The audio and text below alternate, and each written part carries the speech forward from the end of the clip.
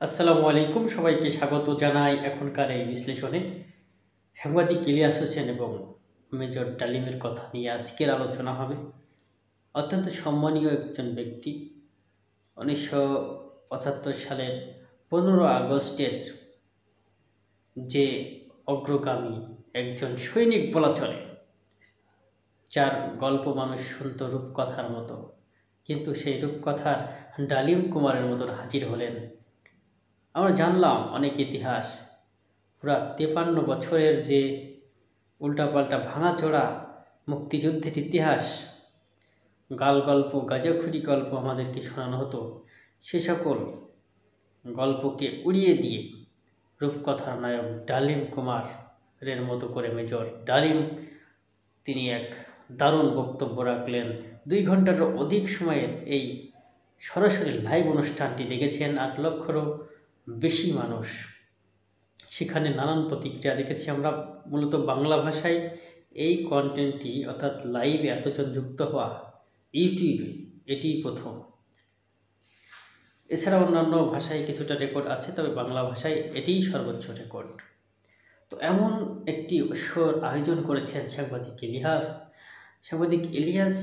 তিনি নিজেকে কতটা উচ্চতায় নিয়ে গেছেন তার শোগুলো দেখলেই, তার ভিডিওগুলো দেখলেই বোঝা যায় কতটা পরিশ্রম করলে এমন এপিসোড তৈরি করা যায়। সব জল্পনা কল্পনার অবসান ঘটে গেছে। এখন এ নিয়ে অনেকে ভিডিও করছেন যে সাংবাদিক ইলিয়াস এবং মেজর ডালিমের জীবন বিপন্ন হতে পারে। তারা কি বক্তব্য দিলেন, তারা কি তুলে ধরলেন, কি ইতিহাস করলেন। দেখুন, পরাজয়ে ডরে না বীর, সাহসীরা মৃত্যুর পরোয়া করে না।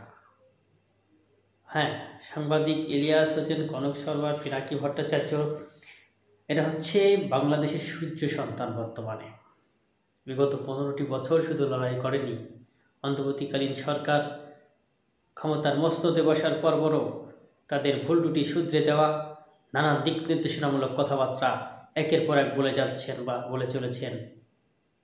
এই যে যাদের নাম বললাম, এই কয়েকজন ছাড়া আরও অসংখ্য আছেন, তবে এনাদের ভূমিকাটাই আমরা বেশি দেখি। মানুষের যে আকর্ষণ করার সম্মোহনী শক্তি, সেই সম্মোহনী শক্তি এনাদের রয়েছে। তো যে বিষয়টি নিয়ে আলাপ হচ্ছিল যে ডালিম কুমারের বেশি যেন রূপকথার নায়কের মতো মেজর ডালিম হাজির হলেন এবং একে একে সমস্ত মিথ্যাচার এবং অতীত ইতিহাসগুলো ধুয়ে মুছে এক নতুন ইতিহাস আমাদের সামনে, তরুণ প্রজন্মের সামনে তুলে ধরলেন। তিনি বললেন, এই 24 আগস্ট বিপ্লব আংশিক সফলতা লাভ করেছে, পূর্ণাঙ্গ সফলতা পেতে হলে আরেকটি বিপ্লবের প্রয়োজন। বিপ্লব পরবর্তী, আগস্ট পরবর্তী অন্তর্বর্তীকালীন সরকার ক্ষমতা গ্রহণ করেছে, কিন্তু তাদেরকে সেভাবে সহযোগিতা করছে না, ক্ষমতার মসনদে বসার জন্য পাগল হয়ে চিঠি করেছে।